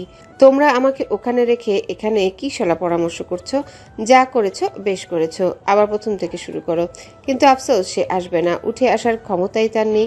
সেভাবে বসে থেকে অনেকক্ষণ কেটে গেল। সারাদিন যেমন তেমন গেলেও সাম্য সৃজন শুদ্ধর হাত আঁকড়ে ধরে তাড়াতাড়ি ঘুমিয়ে গেছে। শুদ্ধ দুহাত বাড়িয়ে দুপাশ থেকে বুকে আগলে রাখলো খুব যত্ন সহকারে। সেখানে যাওয়া আসা করতে থাকা নার্স ডাক্তাররাও মুগ্ধ হলেন তাদের ভাই বোনদের এমন ভালোবাসা দেখে। বেশ কিছুক্ষণ পর নার্স জানালো শীতলের হার্টবিট স্বাভাবিক হচ্ছে। আশা করা যাচ্ছে খুব তাড়াতাড়ি তার জ্ঞান ফিরবে। সত্যি সত্যি তার জ্ঞান ফিরল। ছটফট করে খুঁজতে লাগলো শুদ্ধকে। বাড়ির সবাই একে একে দেখা করে গেল, তবে শীতলের চোখ খুঁজে চলেছে তার শুদ্ধ পুরুষকেই। যেই তার সাথে দেখা করতে গেছে তাকে জিজ্ঞাসা করেছে শুদ্ধর কথা। শুদ্ধ শুনলো ঠিকই, তবে গেল না। সে যাচ্ছে না দেখে হাসান বলল, যাচ্ছিস না কেন? এতক্ষণ আমাকে টেনশনে আদামরা করে এখন ডাকলে চলে যেতে হবে? যাব না। একথা শুনে হাসান এবার হেসেই ফেললো। এদিকে রাত অনেক বেড়েছে, হসপিটালেও ভিড় বেড়েছে। ওটি কিংবা আইসিইউ এর সামনে এতজনকে রাখা সম্ভব হচ্ছে না। অন্যরা এই নিয়ে ঝামেলা করছে। পরে বাধ্য হয়ে ম্যানেজার শুদ্ধকে এই কথা জানালো। শুদ্ধ শুনে শারাফাত চৌধুরীকে বলল সবাইকে নিয়ে চলে যেতে। হাসান থাকবে, সায়ন থাকবে, কোনো সমস্যা হবে না। সায়নের কথা উঠতেই শারাফাত চৌধুরী বললেন, তা সে কোথায়? কি এমন রাজকার্য করে বেড়াচ্ছে যে বিপদের দিনও ভাইয়ের কাছে এসে বসার সময় পাচ্ছে না? তাকে ডাকো, ডেকে বলো সেখানে থাকো, ডেকে বলো যেখানেই থাকুক এক্ষুনি যেন উপস্থিত হয়। ওনার কথা শুনে স্বর্ণ জানালো রাস্তায় আছে, চলে আসবে। যদিও মোটেও তা নয়, আসল কথা বললে এই কথা বাড়বে, তাই এই কথা বলে থামালো সে। তারপর শীতলকে আইসিইউ রুম থেকে ভিআইপি কেবিনে নেওয়া হলো। আরেক দফা সবার সাথে দেখা হলো শীতলের। শুদ্ধ আবার তারা দিতে ওনারা যাওয়ার জন্য পা বাড়ালেও সিমিন চুপ করে বসে রইল শীতলের হাত ধরে। সবার যাওয়ার কথা শুনে শীতলের হাসিটুকু মুছে গেল। শক্ত করে মায়ের হাত আঁকড়ে ধরলো।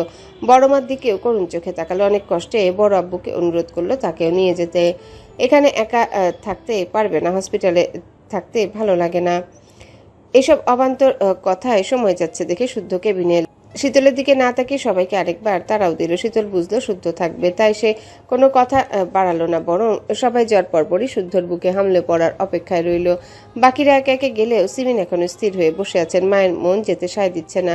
ওনাকে বসে থাকতে দেখে তখন শুদ্ধ অন্যদিকে তাকিয়ে বলল, শরীর খারাপ করলে মাকে সামলাবো নাকি মেয়েকে? এর চেয়ে বাড়িতে যাওয়া উচিত।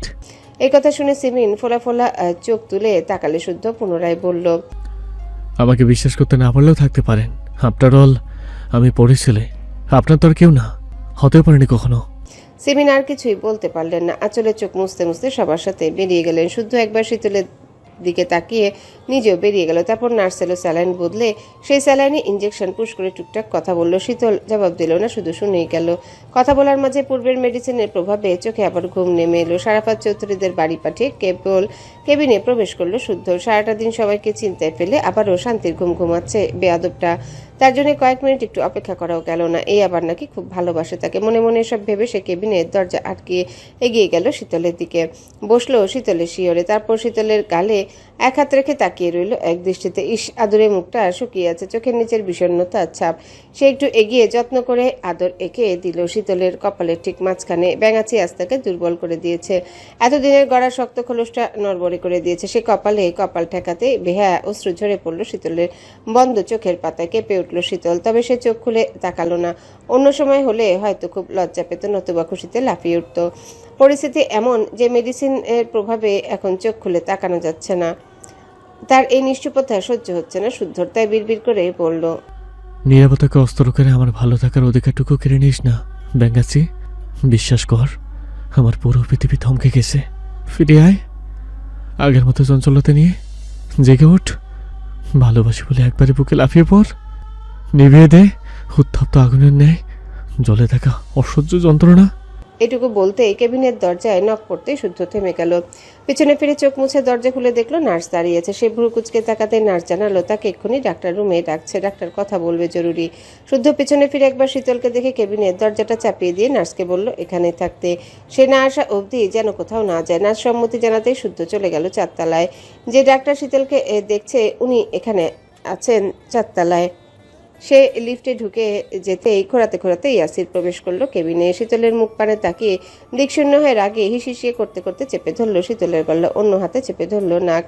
আচমকা শ্বাস নিতে না পেরে ছটফটিয়ে উঠল শীতল। চোখ খুলে ইয়াসিরকে দেখে তার চোখের কোণ বেয়ে জল গড়াতে লাগলো। তাকে কাঁদতে দেখে ইয়াসিরের হাতটাও থেমে গেল। সে শীতলের মুখটা আগলে ধরে আচমকা সারা মুখে একের পর এক চুমুকে ব্যাকুল সুরে কাঁদতে লাগলো। শীতল হতবাক হয়ে তাকিয়ে রইল। কোনো পুরুষ এভাবেও কাঁদতে পারে, আর কাঁদছেই বা কেন? এত অল্প দিনেও কাউকে এতটা ভালোবাসা যায়? বাসা কি সম্ভব? মাফিয়ারা নাকি নির্দয় নিষ্ঠুর? তাদের পাষাণ মনে কি ভালোবাসা জন্মে? তাকে এভাবে তাকাতে দেখে ইয়াসির শীতলের কেন লাগানো হাতটা আলতো করে ধরলো। তারপর সে হাতে নিজের কপাল ঠেকিয়ে কান্না স্বরে বলল, এই ভাবই এত পাষাণ কেন তুই? তখন বুক কাঁপলো না গুলির সামনে দাঁড়িয়ে যেতে? এত সাহস কোথায় পেলি? কেন পাগলের মতন ওই শুদ্ধকে ভালোবাসিস? ওর জন্য মোর তো দ্বিধা করিস না? কই, আমাকে তো এভাবে কেউ ভালোবাসে না। কেন রে? আমাকে ভালোবাসা কি যায় না? কেন যায় না? আমার তো পৃথিবীতে কেউই না। আমার জন্য কেউ গুলির সামনেও দাঁড়ায় না। আমাকে বাঁচাতে পাগলের মতন কাঁদেও না। এই শুদ্ধর তো সবাই আছে, মা আছে, বাবা আছে, বাড়ি ভর্তি সবার ভালোবাসা পায় সে। না খেয়ে থাকলে ভাই বোনরা কৌশলে খাওয়ায় তাকে। কই, আমিও তো সারা দিন ধরে না খেয়ে আছি। কেউ তো ছোট ছোট হাতে আমার মুখের সামনে শুকনো রুটিও ধরলো না। কেউ কেঁদে কেঁদে আদরে সরে বলল না ভাইয়া খাও। শোন বাবুই, শুদ্ধর জন্য সবাই আছে, সব আছে। এতজনের মধ্যে তুই যদি না থাকিস ওর কিছু হবে না। বাবুই পাখি আমার, ওকে ভুলে যা।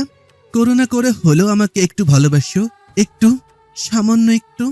আমার ভীষণ হিংসা হচ্ছে শুদ্ধকে, মেরে ফেলতে ইচ্ছা করছে। ও তোকে হসপিটালে নিয়ে এলো বলে সেটা ভালোবাসা হয়ে গেল? দেখ না, দেখ, আমিও গা ভরতে জ্বর নিয়ে তোর কাছে ছুটে এসেছি। গুলি আমার পায়েও লেগেছে, ইচ্ছে করেনি সেটা বের করার। শুধু তোকে দেখতেই সেই সকাল থেকে চাতক পাখির মতন অপেক্ষা করেছি। একা একা ছটফট করেছি তোর কষ্ট দেখে। আমারটা কি ভালোবাসা না? ভালোবাসা কোনটা? কাকে বলে ভালোবাসা? হ্যাঁ বল, বল না কিভাবে ভালোবাসতে হয়? তুই আমাকে শিখিয়ে দে না হয়, আমি সেইভাবেই সেই নিয়মেই ভালোবাসবো তোকে। প্রমিস, সেই নিয়মের অবাধ্য হব না, একটুও না, এক ফোঁটাও না। এই যে আমাদের লাভগুরু সোহাইব শুদ্ধ, ওইদিকে কই যাস? লিফট থেকে বেরিয়ে কয়েক ধাপ এগুতেই হাসানের গলা শুনে দাঁড়িয়ে গেল শুদ্ধ। হাসান এগিয়ে এসে হাসতে হাসতে শুদ্ধর কাজ চাপড়ে বলল, সোনা বাঁধানো কপাল রে তোর ভাই, নয়তো কেমনে কি? আমি দৃশ্যটুকু জাস্ট ভুলতে পারছি না। এই তোর ব্যাঙাচ্ছি। যাক, অবশেষে আল্লাহর দরবারে লাখ লাখ শুকরিয়া যে এখন সব ঠিকঠাক। শুদ্ধ আপাতত সকালে এসে সব ঘটনার ধারণা ঘেঁষে ভ্রুকুচকে বলল, তোকে রেস্ট করতে পাঠিয়েছি, তুই এখানে কি করছিস? ঘুম আসছে না তাই পায়চারি করছিলাম। আমার কথা রাখ, আগে বল তুই এখানে কেন? তোকে না প্রেম করতে স্পেস দিয়ে এলাম। ডক্টর ডেকেছে? ডাক্তার? কোন ডাক্তার? আলতাপ খন্দকার। হঠাৎ? জানি না কি বলবে, শুনতে তো যাচ্ছিলাম। তুই শিওর না? মানে আমি কিন্তু পার্কিং লটে আলতাফ স্যারকে অনেক আগে বেরিয়ে যেতে দেখেছি, কথাও হয়েছে আমার সাথে। আমি যতদূর জানি ওনার ভাবি সুসাইড করেছে আজ রাতে, উনি হসপিটালে থাকতে পারবে না, এই জন্য মুজাহিদ স্যারকে দায়িত্ব দিয়ে উনি ছুটেছেন ফেনীর পথে। এই কথা শুনে হাঁটতে থাকা শুদ্ধর পা আচমকাই থেমে গেল। তড়িৎ ঘাড় ঘুরিয়ে হাসানের দিকে তাকাতেই চোখাচোখি হলো। অতঃপর কিছু বুঝে দুই বন্ধু দৌড়ানো শুরু করলো। তাদের মস্তিষ্কে ক্যাচ করছে খারাপ কিছুর ইঙ্গিত। লিফটের আশা না করে সিঁড়ি দিয়ে নামতে লাগলো দ্রুত গতিতে। কেবিনের কাছে এসে দেখে রেখে যাওয়া নার্স আশেপাশে কোথাও নেই। কেবিনের দরজা টানতে গিয়ে দেখে ভেতর থেকে বন্ধ। শীতল তো তখন ঘুমাচ্ছিল, তাহলে কে লক করলো? ভেতর থেকে গঙ্গানির শব্দ আসছে, পুরুষালী কণ্ঠস্বরও শোনা যাচ্ছে। হাসান শুদ্ধর দিকে তাকে আতঙ্কিত গলায় বলল, ভাই ইয়াসির ভেতরে নাকি? ও কিভাবে? ওর গলায় তো মনে হচ্ছে। শুদ্ধ জবাব দিল না, বরং লাথি দিতে লাগলো কেবিনের দরজা। হাসান নিজেও লাথি কষলো দরজায়। পরপর লাথি দিতেই খুলে গেল দরজাটা। তারা কেবিনে ঢুকে দেখে ইয়াসির শক্ত হাতে চেপে ধরে আছে শীতলের গলা, আর উন্মাদের মতো সামনে চেঁচিয়ে বলেই যাচ্ছে, কেন ভালোবাসবি না আমায়? হ্যাঁ, কেন বাসবি না? শুদ্ধর জন্য? ওকে, তাহলে তোরও বাঁচার দরকার নেই, মরে যা তুই। প্রয়োজনে তোর কবরে রোজ কাঁচা ফুল দেব, নয়তো তোর দেহকে মমি বানিয়ে আমার কাছে রেখে দেব। এই কথা বলে ইয়াসির হাতের বাঁধন আরো শক্ত করলো। নিঃশ্বাস নিতে না পেরে শীতল কাটা মুরগির মতো ছটফটিয়ে যাচ্ছে। চোখের সামনে সব অন্ধকার হয়ে আসছে। শুদ্ধ ক্ষিপ্ত গতিতে ইয়াসিরের শার্টের কলার ধরে তার দিকে ঘোরালো। তারপর কোনো দিকে না তাকিয়ে একের পরে ঘুষি দিতেই থাকলো। হাতের কাছে না পেয়ে প্যান্টের বেল্ট খুলে মারতে লাগলো উন্মাদের মতো করে। ইয়াসির অনেক চেষ্টা করেও পারল না শুদ্ধের সঙ্গে। মার খেতে খেতেই তার নাজেহাল অবস্থা হলো। তবুও সে সমানে বলেই চলেছে, মুক্তি চাস না? মুক্তি পাবি না। এই কথা শুনে শুদ্ধের শরীরে যেন কেউ আগুন ধরিয়ে দিল। সে বেলটা ছুঁড়ে ফেলে চেয়ার তুলে মারতে গেলে হাসান চিৎকার করে শুদ্ধকে ডেকে উঠল। শীতল হাঁপড়ের মতো নিঃশ্বাস নিচ্ছে। চিৎকার শুনে শুদ্ধ চেয়ার ফেলে ছুটে গেল শীতলের কাছে। শীতলকে বুকে আগলে নিয়ে বলতে লাগলো, শীতল, ভয় নেই, এই তো আমি। টাকা কোথায় কষ্ট হচ্ছে? বল বল আমাকে। শীতল ধীরে ধীরে চোখ বুজে ফেলেছে দেখে শুদ্ধ পাগলের মতো করতে লাগলো। বুকের সাথে চেপে ধরে কতকেই বলতে লাগলো, গাল চাপড়ে ধরে ডাকতে লাগলো। অবস্থা বেগতিক দেখে হাসান চিৎকার করে ডাক্তারদের ডাকলো, কিন্তু এদিকে কেউ নেই বিধায় কেউ এলো না। অগত্যা সে দৌড়ে এমার্জেন্সি বিভাগ থেকে ডাক্তার ডাকতে গেল। ধস্তাধস্তির এক পর্যায়ে শীতলের হাতের ক্যারোলাটা ছিটকে কোথায় পড়েছে কে জানে না। ক্যারোলা লাগানো হাত দিয়ে গলগল করে রক্ত বেরোচ্ছে। গুলি লাগা হাতের ব্যান্ডেজে লাল রক্ত ভেসে উঠছে। শীতল চোখ বড় বড় করে হা করে নিঃশ্বাস নিচ্ছে। শীতল হঠাৎ শুদ্ধর হাতটা আঁকড়ে ধরলো। হাঁপাতে হাঁপাতে অনেক কষ্টে উচ্চারণ করলো, কষ্ট হচ্ছে, শ্বাস নিতে কষ্ট হচ্ছে, পারছি না আমি। এই কথা বলতে বলতে নার্স ডাক্তারও ছুটে এলো। পেশেন্টের অবস্থা দেখে অক্সিজেন মাস্ক লাগিয়ে দিল। শীতল হাঁপড়ের মতো শ্বাস নিতে লাগলো। একের পর এক হার্টবিট দ্রুত গতিতে ছুটছে।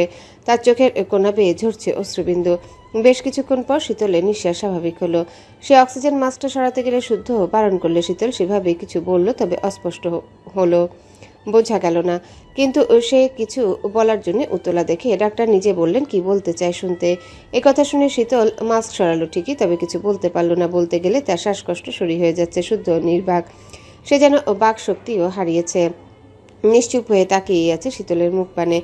ডাক্তার যদি শীতলকে রেখে শুদ্ধের হার্টবিট চেক করতো, তাহলে তাকেও বোধহয় পেশেন্ট বলে চিকিৎসার পরামর্শ দিতেন। তার এই নীরবতা শীতলের সহ্য হলো না। সে ফের হাঁপাতে হাঁপাতে বলল, আমার বাড়ি নিয়ে চলুন, নয়তো বাড়ি ডাকুন সবাইকে, নয়তো। সে আর পুরো কথা বলতে পারলো না, তবে উঠে বসতে চাইলো। তার হাত থেকে রক্ত ঝরছে দেখে নার্স রক্ত পরিষ্কার করছিল। শীতল হাত ছুটিয়ে নিয়ে শুদ্ধর বুকে আছড়ে পড়ে বলতে লাগলো, আমার কাউকে দরকার নেই, কারো ভালোবাসার দরকার নেই। আমার আমার শুধু আপনাকেই চাই, মানে শুধুই আপনাকে। আমি তো শুধু তোরে। থাম না প্লিজ, দোহাই লাগে, একটু শান্ত হ। এতক্ষণ ডাক্তার দাঁড়িয়ে দাঁড়িয়ে দেখছিল ওদেরকেই। মেয়েটা আঁকড়ে ধরে আছে ছেলেটাকে। বুঝতে বাকি রইল না মূল ঘটনা, তবে পেশেন্টের কন্ডিশন দেখে উনি বলতে বাধ্য হলেন, ইয়ং ম্যান, যা চাচ্ছে সম্ভব হলে রাজি হয়ে যাও। ও শারীরিক মানসিক দুটোই বাজেভাবে ক্ষতিগ্রস্ত হচ্ছে। গুলির আঘাত, কারেন্টের শকের ওপর যে বেঁচে আছে এটাই তো শুকরিয়া। যতটুকু বুঝেছি ওর হার্টেও সমস্যা করছে, যার কারণে বারবার নিঃশ্বাস নিতেও কষ্ট হচ্ছে। নয়তো যা লক্ষণ দেখছি হার্ট অ্যাটাক করতে পারে যখন তখন। এই কথা বলে উনি শীতলকে শান্ত হতে বললেন, কিন্তু শীতল শান্ত হওয়া তো দূর, শুদ্ধের বুকে মাথা ঠেকিয়ে জোরে জোরে শ্বাস নিতে লাগলো। পুনরায় অক্সিজেন মাস্ক তার মুখে ঢুকিয়ে দিল শুদ্ধ। সরাতে গেলে জোর করে ধরে মাথাটা বুকের সাথে চেপে ধরে থাকলো। ওদিকে নড়লেই গুলি লাগা হাত ব্যথায় টনটন করছে। সে অস্পষ্ট সুরে বিড়বিড় করতেই আছে, থামছে না দেখে শুদ্ধ আদুরে সুরে বলল, আমি তোর প্রমাণ চাস? হ্যাঁ, সকালটা হোক, সকালে বিয়ে করবো তোকে। শীতল শুদ্ধর বুকে মাথা ঠেকে অনবরত মাথা নাড়ালো, অর্থাৎ এখনই বিয়ে করবে। তাকে থামানো যাচ্ছে না দেখে ডাক্তার শুদ্ধকে কিছু বলে নার্সকে নিয়ে চলে গেলেন। শীতল রক্তমাখা হাতে হাওয়া করে কাঁদতে লাগলো। তার কান্নার চোটে চোখের পানিতে শুদ্ধর বুকটাও ভিজে গেল। তখন শীতল অস্পষ্ট সুরে হাঁপাতে হাঁপাতে বলতে লাগলো, আমি আপনার বউ হব শুদ্ধ ভাই, এক্ষুনি হব, এই মুহূর্তেই হব। হয় আপনি আমায় এক্ষুনি বিয়ে করবেন, নয়তো আমাকে মেরে ফেলবেন। আপনি ছাড়া অন্য কারো অযাচিত স্পর্শ আমার শরীরে এসে লেগেছে, আমি সহ্য করতে পারছি না, আমি মানতে পারছি না আপনার পবিত্র ছোঁয়ায়। হয় আমায় পবিত্র করুন, নয়তো আজই আমায় কবর খোঁড়ার জন্য প্রস্তুত থাকুন। তাকে ব্যাকুল সুরে কাঁদতে দেখে শুদ্ধ কিছু বলার ভাষা পেল না। তারও চোখ জোড়া ছলছল করে উঠল, অসহায় লাগছে খুব। সে নিজে মেরে শীতলকে কাঁদালে তখন কষ্ট লাগে না, ইচ্ছে করে আরও মেরে বকে ব্যাঙাচিকে কাঁদাতে। কিন্তু সে ব্যতীত কারো আঘাতে যখন শীতল কাঁদে, ইচ্ছে করে পুরো পৃথিবী ধ্বংস করে দিতে। সে এতদিন খুব করে চাইতো শীতল ভালোবাসায় বুঝুক, সবার সামনে তাকে চাইতে শিখুক। একদিন সে শীতলকে বলেছিল একথা। আজ পরিস্থিতি এমন যে শীতলই ব্যাকুল হয়ে আছে, তাকে চাইছে, তাকে ব্যাঙাচি তাকে চাইছে। আর কিছু ভাবার সময় নিল না শুদ্ধ। শীতলের মাথাটা বুকে আগলে নিয়ে পকেট থেকে ফোন বের করলো, কয়েকবার ঢোক গিলে নিজেকে সামলালো। প্রথমবার কল রিসিভ হতে সে বলল, বাবা, বাবা ঠিক আছো তুমি? হসপিটালে আসতে পারবে? কষ্ট করে এলে এসো না বাবা, প্লিজ, তোমাকে যে আমার ভীষণ দরকার বাবা। কি হয়েছে শুদ্ধ, গলা এমন লাগছে কেন? শীতলা মা ঠিক আছে? এসো বাবা, তাড়াতাড়ি এসো প্লিজ। ফোন কলে শুদ্ধর ভেজা কণ্ঠ শুনে আরাফাত চৌধুরী শোয়া থেকে হুড়মুড় করে উঠে বসলেন। কাঁচা ঘুম ভাঙায় চোখে ঝাপসা দেখছেন। নিজেরও শরীরটা ভালো না, হাত পা থরথর করে কাঁপছে। এখন রাত 2:30। রাত 11টার দিকে সপরিবারে সবাই বাড়ি ফিরেছিলেন, তাও শুদ্ধর কথায়। তখন শীতল একটু ভালো ছিল। তাহলে কি আবারও খারাপ হয়ে গেছে? শুদ্ধ কাঁদছে কেন এভাবে? অকারণে কাঁদার ছেলে তো শুদ্ধ না। বিপদে না পড়লে দুই ছেলের কেউই কখনো এভাবে ডাকে না। সারাফাত চৌধুরী যেভাবে ছিলেন সেভাবে গাড়ির চাবি নিয়ে নামতেই পা সরকে গেল। আসবাবপত্রে ব্যথা পেলেন। ব্যথা গিলে কল কেটে রুমের বাইরে আসতে দেখে কেউ কেউ জেগে আছে। ওনাকে এভাবে আসতে দেখে সিতারা, সিরাজ, সিমিন, সাফওয়ান চৌধুরী কিছু বলার আগে উনি বললেন হসপিটালে যাচ্ছে। এই কথা শুনে ওনারাও তড়িৎ উঠে দাঁড়ালো। এত রাতে যাচ্ছে মানে আবারও কিছু ঘটেছে।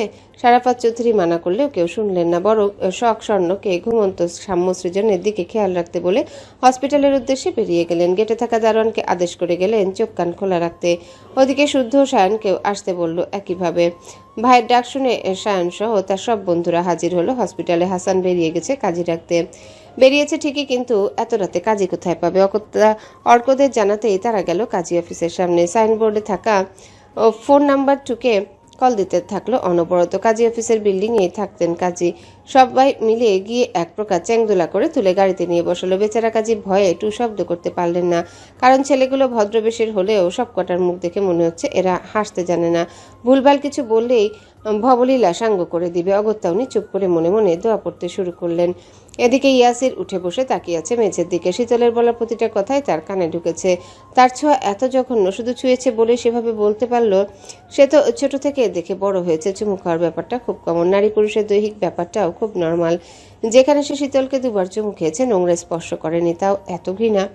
এদিকে সারাফাত চৌধুরী পৌঁছে শুদ্ধকে কেবিনের বাইরে না দেখে সকলে কেবিনে ঢুকতে অবাক হয়ে গেলেন, কারণ কেবিনে শুধু শুদ্ধ ও শীতল না, মাফিয়া কিং ইয়াসির খানও উপস্থিত রয়েছে। রক্তাক্ত অবস্থায় এখনও সেভাবে বসে আছে। তাকে রাখার কারণও আছে যদিও। বিশেষ করে শুদ্ধ চাচ্ছে তার সামনে ওদের বিয়ে সম্পূর্ণ করতে। শীতলের বেহাল দশা আর ইয়াসিরকে দেখে বড়দের ঘটনা বুঝতেও দেরি হলো না। তবে শুদ্ধর থমথমে মুখ দেখে কেউ কিছুই বললেন না, নীরবেই মেনে নিলেন। সারাফাত চৌধুরী নিজেই শাহাদাত চৌধুরী কল করে ঘটনাটা জানালেন। ভিডিও কলে উনিও উপস্থিত থাকলেন। তখন কাজী নিয়ে অর্করা এলো। শীতল মাথায় ওড়না দিয়ে বালিশে হেলান দিয়ে আধা শোয়া হয়ে আছে, শুদ্ধ তার পাশে বসা। বাকিরা কেবিনে ছড়িয়ে ছিটিয়ে দাঁড়ালো। কাজীকে আদেশ করতে উনি লেখালেখি সেরে বিয়ে পড়ানোর শুরু করলেন। প্রথমে শীতলকে কবুল বলতে বললে খুব একটা সময় নিল না শীতল। এই কয়দিনে হাঁপিয়ে গেছে সে এবার স্বাভাবিকভাবে বাঁচতে চায়।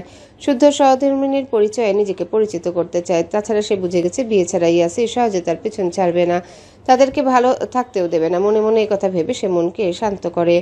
অঝরে কাঁদতে কাঁদতে শুদ্ধর নামে কবুল পড়ল। শুদ্ধকে কবুল বলতে বলা ইয়াসির ফুঁসে উঠল।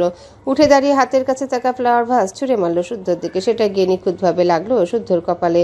সঙ্গে সঙ্গে শুদ্ধর ভ্রু কেটে রক্ত গড়াতে লাগলো। অর্ক সায়নরা হুঙ্কার ছুড়ে তাকে মারতে গেলে শুদ্ধ ওদের থামিয়ে দিল। কেউ তার দিকে এগুতে গেলেই শুদ্ধ সরিয়ে দিল তার কাছ থেকে। তারপর সে ইয়াসিরের দিকে তাকিয়ে তাচ্ছিল্যের হাসি হেসে শীতলের চোখে চোখ রাখলো। সুস্পষ্ট সুরে 3 বার কবুল বলল। তাকে কবুল বলতে ইয়াসির হঠাৎই চিৎকার করে বলে উঠল, তুমি আজও আমার পাশে দাঁড়ালে না বাবা, আজও না। অথচ তুমি আমাকে প্রতিশ্রুতি দিয়েছিলে শীতলকে আমার হাতে তুলে দিবে। শুধু তোমার কথার ভিত্তিতে আমি বাংলাদেশে ফিরেছিলাম। দিনের পর দিন পড়েও ছিলাম তোমার কথা বিশ্বাস করে। তুমি আজও আমায় ঠকালে, সব জেনে বুঝে আমাকে কষ্টের সাগরে ডুবালে। তুমি থাকতে আজ আমি আবারও হেরে গেলাম, ওরা আমাকে হারিয়ে দিয়ে গেল। তুমি প্রমিস রাখতে পারো না বাবা। ইউ আর আ লায়ার বাবা, you are a liar. I just hate you বাবা, I just hate you. Yasir চিৎকার করে বলা কথাগুলো শুনে সকলে হতবাক। উপস্থিত সকলে একে অপরের মুখ চাওয়াচাই করছে। ইয়াসির কাকে বাবা বলছে? কে তার বাবা? এখানে বাইরের কেউ নেই, তাহলে এদিকে তার কথা শুনে হতভম্ব চোখে তাকিয়ে আছেন শারাফাত চৌধুরী। আপাতত বাকহারা তিনি। ইয়াসিরের চিৎকার করে বলা কথাগুলো শুনে সকলে হতবাক। উপস্থিত সকলে একে অপরের মুখ চাওয়াচাই করছে। ইয়াসির কাকে বাবা বলছে? কে তার বাবা? এখানে বাইরের কেউ নেই, তাহলে এদিকে তার কথা শুনে হতভম্ব চোখে তাকিয়ে আছেন শারাফাত চৌধুরী। আপাতত বাকহারা তিনি। ওনাকে এভাবে তাকাতে দেখে ইয়াসির পুনরায় ডাকলো, পুনরায় নিজের রক্তকে জিতিয়ে দিলে? একবার কি আমাকে জেতাতে পারতে না? চৌধুরীদের রক্ত নই বলে এত অবহেলা? আমার মম বেঁচে থাকলে এ কাজ করতে পারতে। এই কথা শুনে শারাফাত চৌধুরী চোখ বন্ধ করে নিলেন। এই ডাকটা শোনার জন্য একটা সময় অনেক অপেক্ষা করতেন। কতবার ছেলেটাকে কাছে রেখেছেন বাবা ডাক শোনার জন্য, একটু আদর করার জন্য, কিন্তু এই ছেলে ওনাকে দেখতে পারতো না। ওনার উপস্থিতিও সে সহ্য করতে পারত না, যদিও এর বিশেষ কারণ রয়েছে। ইলিয়ানা মানে ইয়াসিরের আপন মায়ের সঙ্গে একদা একসময় সম্পর্কে জড়িয়েছিলেন তিনি। তখন তিনি সবে নিজের ব্যবসা দাঁড় করিয়েছেন। কাজের সূত্রে নানান দেশে যেতে সেবার ব্যবসায়ী কাজে সুইডেনে গিয়ে পরিচয় হয়েছিল ইলিয়ানা খান নামের এক অপরূপা সৌন্দর্যের অধিকারী বিদেশিনীর সাথে। সে বিদেশি ছিল, মুসলিম এবং খান বংশের মেয়ে। তার মামা বাড়ি বাংলাদেশে হলেও আগ্রহ করেও বাংলাদেশে আসেনি কখনো। ইলিয়ানা পেশায় বিজনেসম্যান। তার স্মার্টনেস, কথা বলার ভঙ্গি, চালচলন, বুদ্ধিমত্তা নজরে পড়ার মতো। ইয়াসিরের মতো সেও ছিল নীল চোখের অধিকারী। এই চোখের মোহে তিনিও পড়েছিলেন, যদিও তখন তিনি টকপকে সুদর্শন এক যুবক। অ্যাটিটিউড ছিল শুদ্ধর মতো, নজরে পড়ার মতো। তবে তিনি শুদ্ধর মতো এত রুট কখনোই ছিলেন না, জেদি ছিলেন না। রাগের দিক দিয়েও শুদ্ধ এগিয়ে। তো ইলিয়ানার সঙ্গে এক প্রজেক্ট নিয়ে কাজ করতে করতেই মেয়েটা কখন যেন ওনার মনে জায়গা করে নিয়েছিল। ভালো লাগা এক পর্যায়ে ভালোবাসার রূপ নেয়।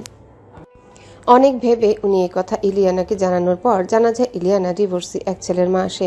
তার ছেলের নাম ইয়াসির খান। ছেলের বয়স 12 কি 13। এই কথা জানার পরও ওনার কোনো আপত্তি ছিল না, কারণ উনি জীবনে সৎ জীবন সঙ্গী চেয়েছিলেন, যার মাঝে নিজের ভালো থাকা খুঁজে নিতে পারবেন। সব পরিস্থিতিতে যে ওনাকে শক্তি সাহস জোগাতে পারবে। কিন্তু সব জেনে ইলিয়ানা নিজেই তার প্রস্তাব নাকচ করে ফিরিয়ে দেন ওনাকে। তবুও নিহাল না ছেড়ে বোঝাতে থাকে ইলিয়ানাকে। এমনকি দেশে ফিরেও সরাসরি নিজের বাবা মাকে জানান। সব জেনে ওনারা অমত করেন, কারণ ওনারা কিছুতে একজন ডিভোর্সি মেয়েকে পুত্রবধূ করবেন না। এই নিয়ে নিবাসে অনেক দ্বন্দ্ব হয়। উনিও অফিস যাওয়া বন্ধ করে দেন, নিজেকে রুমবন্দি করে ফেলেন। পরে একদিন ভাবেন ইলিয়ানার কাছেই চলে যাবে, আর দেশে ফিরবেন না। কিন্তু রেডি হয়ে হন্য হয়ে খুঁজে উনি ওনার পাসপোর্ট ভিসা খুঁজে পান না। পাসপোর্ট ওনার মা লুকিয়ে রাখায় উনি দেশের বাইরে কোথাও যেতে পারছিলেন না। তবে ইলিয়ানার সঙ্গে ওনার যোগাযোগ হতো, মাঝে মাঝে একটু একটু কথা হতো। এভাবে কিছুদিন যাওয়ার পর হঠাৎ ওনার মা পাসপোর্ট ও ভিসা স্বেচ্ছায় ফিরিয়ে দেয়। নিজের মুখে বলে ইলিয়ানার কাছে চলে যেতে। কথা শুনি উনি এক আকাশ সমান খুশি বুকে নিয়ে ইলিয়ানার কাছে সুইডেনে যান। তবে যে ইলিয়ানাকে লাস্টবার দেখেছিলেন সেই ইলিয়ানা যেন কোথায় হারিয়ে গেছে। যে চোখের সামনে আছে এসেছিল ক্যান্সারের পেশেন্ট মাত্র, যা জীবনে তখন নিভু নিভু পর্যায়ে। দেহের অবস্থাও ছিল বড়ই নাজুক। সেদিন উনি ইলিয়ানার হাত ধরে ছোট বাচ্চাদের মতো হাউমাউ করে কেঁদেছিল, আর ইলিয়ানা ছলছল চোখে তাকিয়ে হেসেছিল। কেন যে হেসেছিল কে জানে, হবে হয়তো তাকে ফাঁকি দিয়ে চলে যাওয়ার ধান্দা সফল হচ্ছে দেখে। সেদিন ইলিয়ানার অবস্থা দেখে বুঝেছিলেন ওনাদের যোগাযোগ হলেও ইলিয়ানা কখনো ভিডিও কলে কথা বলতো না। উনি জোর করলে বলতো দেখতে নাকি কষ্ট বাড়বে, বেঁচে থাকা কষ্টসাধ্য হয়ে যাবে। এই কথা শুনে উনিও কিছু বলতেন না, শুধু ছুটে যাওয়ার জন্য দিন গুনতেন। এলেনও ঠিকই, তবে স্বপ্নগুলো তখন মলিন। তবে যাওয়ার পর উনি ইলিয়ানার সঙ্গেই থাকতেন, কারণ ইলিয়ানা চেয়েছিলেন ওনার শেষ মুহূর্তে যেন উনিই পাশে থাকেন। কিন্তু এটা ইয়াসির পছন্দ করতো না, সে ওনাকে দেখতেই পারতো না। দেখতে না পারার কারণ ইলিয়ানার মা কেন জানি ওনার নামে ইয়াসিরকে ভুলভাল বোঝাতো। সেসব শুনে ইয়াসিরও প্রচণ্ড রেগে থাকতো। সুযোগ পেলে ওনাকে এটা ওটা দিয়ে আঘাত করতো, তবুও উনি কিছু মনে করতেন না, বরং তাকে আদর করে কাছে ডাকতেন। এভাবে দিন যেতে যেতে ইলিয়ানার অবস্থা খারাপ হয়ে গেল। হসপিটালে অ্যাডমিট করলে ডাক্তাররা হাল ছেড়ে দিলেন। মারা যাওয়ার আগের দিন রাতে ইলিয়ানা হঠাৎ আবদার করলো ওনাকে বিয়ে করার জন্য। উনিও রাজি হয়ে গেলেন। রুগ্ন প্রেয়সীর কথা রাখতে বিয়েটাও হলো ওনাদের। সেদিন ইলিয়ানা ইয়াসিরকে কাছে রেখে খুব করে বোঝালো যে আজ থেকে সারাফাত তোমার বাবা, মাইসান আমার জান বাচ্চা। আমি মারা গেলে বাবা তোমাকে ভালোবাসবে, বুকে আগলে রাখবে। তুমি বাবাকে কখনো কষ্ট দিও না। যদি কখনো দেখো তোমার জন্য তোমার বাবা কষ্ট পাচ্ছে, তাহলে বাবার কষ্ট কমানোর চেষ্টা করবা। নিজে কষ্ট পেলেও তা বুঝতে দেবে না। বাবার সুখের সংসারে কাটা হবে না। এই কথা বলার পর সেদিন ইয়াসির বলেছিল, ওনাকে আমি বাবা মানি না মম। বাবারা হয় সেলফিশ। আমার এক বাবা আমাকে ছুড়ে ফেলেছেন, সমাজের চোখে তোমাকে ডিভোর্সি বানিয়েছেন। হয়তো আমার জন্য তুমি বিয়েটা করলে যাতে আমি অভিভাবক পাই, কিন্তু আমার মনে হচ্ছে উনিও একদিন আমার কষ্টের কারণ হবে, উনিও একদিন আমাকে হার্ট করবে। আমি ততদিন ওনাকে বাবা ডাকবো না, যেদিন আমার কথা মিলে যাবে। আমি সত্যি সত্যি হার্ট হব, সেদিন ওনাকে বাবা বলে ডাকবো। তুমি থাকো বা না থাকো, ওই মানুষটাকে কথা মিলিয়ে নিতে বলো। ছেলের কথা শুনে রুগ্ন ইলিয়ানা সেদিন সারাফাতের হাতে ধরে অসহায় সুরে কেঁদেছিল। ইয়াসিরকে দেখে রাখার জন্য কত অনুরোধ করেছিল, বিয়ে করে নতুন সংসার করার জন্য অনুমতি দিয়েছিল। এরপর সপ্তাহখানেক পর উনি মারা যান। ওনার হাত আঁকড়ে ধরে শেষ নিঃশ্বাস ত্যাগ করে ইলিয়ানা।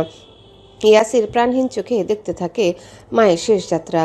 এরপর ইলিয়ানা মারা যাওয়ার পর সারাফাত চৌধুরী ইয়াসিরকে দেশে আনতে চেয়েছিল। নিজের ছেলের কাছে নিজের শিক্ষায় বড় করতেও চেয়েছিলেন, কিন্তু ইলিয়ানার মা আসতে দেয়নি। কোনোভাবেই রাজি করানো সম্ভব হয়নি, বরং তিনি ইয়াসিরকে উস্কে দিয়েছিল যাতে উনি কোনো যোগাযোগ রাখার চেষ্টা না করে। মায়ের সাথে সম্পর্ক ছিল, মা নেই, সম্পর্ক শেষ। এরপর বাধ্য হয়ে উনি একাই দেশে ফিরে আসেন, কিন্তু ইয়াসির বোঝান যেন যোগাযোগ রাখে, কিন্তু সে তো করেনি। ইচ্ছে করে যোগাযোগ বন্ধ করে দেয়। ইলিয়ানার মা ইয়াসিরকে নিয়ে লাপাত্তা হয়ে যায়। পরে সারাফাত হন্য হয়ে খুঁজে কোনোভাবেই তাদের হদিস পান না। যারা চেনা পরিচিত ছিল তারাও কিছু বলতে পারে না। এভাবে হঠাৎ ইয়াসির ইচ্ছে করে হারিয়ে যায় ওনার কাছ থেকে। এদিকে তখন ছেলের অবস্থা দেখে সারাফাত চৌধুরীর বাবা মা পাত্রে খুঁজতে শুরু করেন। পরিকল্পনা ছিল বিয়ে দিয়ে ছেলেকে ঘরমুখী করে ফেলবেন, কিন্তু সারাফাত চৌধুরী মেয়ে দেখতে গেলে বলে দিতেন উনি বিবাহিত, ওনার একটা ছেলে আছে এবং প্রথম স্ত্রী মারা গেছে। এই কথা শুনে বিয়ে ভেঙে যেত। কথা রটেও গিয়েছিল যে সারাফাত চৌধুরী বিধুর বউ মরা, কিন্তু কে সেই বউ ছিল কেউ জানতে পারেনি। বিধায় সারাফাত চৌধুরীর বাবা একটু চালাকি করে রটিয়েছিলেন ছেলে বিয়ে করতে চায় না, তাই মিথ্যা বলে। বউ বাচ্চা দেখতে না পেয়ে সবাই সেটাও বিশ্বাসও করেছিল। এরপর বছর খানেক পর সিতারার সঙ্গে বিয়ে হয়। সিতারাকে উনি নিজেই পছন্দ করে বিয়ে করেন। সেসব দিন অনেক আগে অতীতের নামে দলিল হয়েছে, কিন্তু আজকের পরিস্থিতি সেটা না চাইতে অনেক কথা মনে করিয়ে দিচ্ছে। পূর্বের স্মৃতি কথা স্মরণ করে উনি এবার তাকালেন সিতারার দিকে। নিশ্চুপ হয়ে সিতারাও তাকিয়ে আছেন স্বামীর মুখের দিকে। মুখ দেখে বোঝার উপায় নেই ভেতরকার ঝড়। তবে ইয়াসিরের কথা শুনে উনি এক পা দুপা করে এগিয়ে এলেন। মন দিয়ে দেখলেন ইয়াসিরের মুখের গড়ন ইলিয়ানার মুখের সাথে বেশ মিল আছে। উনি এবার মুখোমুখি দাঁড়িয়ে সরাসরি জিজ্ঞাসা করলেন, তোমার আবদার মেটানো সম্ভব নয় ইয়াসির। যাকে চাও সে কিছুক্ষণ আগে চৌধুরী বাড়ির বড় পুত্রবধূ হয়েছে। ওর দিকে চোখ তুলে তাকানো তোমার জন্য হারাম। এখন কি চাও তুমি? সারাফাত চৌধুরীর ছেলের স্বীকৃতি নাকি অন্য কিছু? স্বীকৃতি ছাড়াও বেঁচে আছি। সম্পত্তি কি কম আছে আমার? আপনার স্বামীর থেকে জীবনে প্রথমবার যেটা চেয়েছি সেটা দিতে পারিনি। উনি বুঝিয়ে দিয়েছেন আমি পর।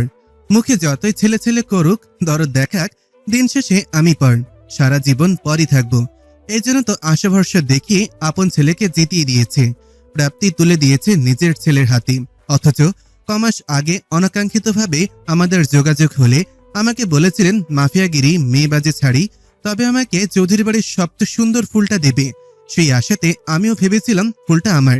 স্বর্ণের দোহাই দিয়ে সব কমিয়ে দিয়েছিলাম, আর স্বর্ণ তো ছিল অজুহাত মাত্র। চৌধুরীর আরেক পুত্রের খেলানোর মাধ্যম। অনেস্টলি বলছি, শুরু থেকেই শীতলের প্রতি দুর্বল ছিলাম আমি, নয়তো প্রথমবার কিডন্যাপের সময় তাকে শেষ করে দিতাম। অনেকক্ষণ ধরে ইয়াসিরের আবল তাবল কথা শুনে সায়ন এবার ফুঁসে উঠল। এসব আবালতমি কথাবার্তা সহ্য হচ্ছে না তার। সে বাবার দিকে একবার তাকে সরাসরি প্রশ্ন ছুড়ল, ও কি বলেছে? তুমি ওর বাবা? সারাফত চৌধুরী অস্বস্তিতেও পড়লেন না, মুখ কাচুমাচু করলেন না, বরং সকলের সামনে দৃঢ় কণ্ঠে বললেন, হ্যাঁ, আমি ওর বাবা। ও হচ্ছে এক বিশেষ মানুষের দেওয়া আলামত। শুদ্ধ সায়ন বাঘ হারিয়ে হতভম্ব চোখে তাকিয়ে রইল। এই ঘটনা জানতো না তারা, শুধু জানতো তাদের বাবা কাউকে খুব ভালোবাসতো, সে অসুখে মারা গেছে। কিন্তু না, তাদের বাবারও অতীত ছিল, সে ঘরের সন্তান তবে ইয়াসির খান। শুদ্ধ নির্বাক থাকলেও কেন জানি সায়ন সেটা মানতেই পারল না। সে চেঁচিয়ে উঠে বলল, মস্করা মারাও আমাদের সাথে? এত বছর পর আরেকটা ছেলে উদয় হলো কোথা থেকে? মানে বুড়ো বয়সে ভীমরতি? আর করলেই আমরা মানব কেন? কে না কে তাকে আর নাকি? সায়নের কথা শেষ করার আগে সিতারা ছেলের গালে আচমকা থাপ্পড় বসিয়ে দিলেন। আরেক দফা চমকে উঠল সবাই, কারণ চৌধুরী নিবাসে কেউ কোনো সন্তানের গায়ে ভাবে হাত তোলে না। সিমিন মাঝে মাঝে শীতলকে মারলেও সিতারা কখনো এমন করে না। আজ উনি মারল দেখে সিরাত এগিয়ে এসে সিতারাকে সরাতে গেল, কিন্তু সিতারা নড়ল না, বরং আঙ্গুল তুলে সায়নকে কড়া কণ্ঠে জবাব দিল, হ্যালো বন্ধুরা, পরবর্তী পার্ট খুব তাড়াতাড়ি আসবে, তো সবাই অপেক্ষায় থাকো। আর চ্যানেলটি যারা এখনো সাবস্ক্রাইব করোনি তারা পরবর্তী পার্ট দেখার জন্য চ্যানেলটি সাবস্ক্রাইব করে রেখো। ধন্যবাদ সবাইকে, আমাদের সাথেই থেকো।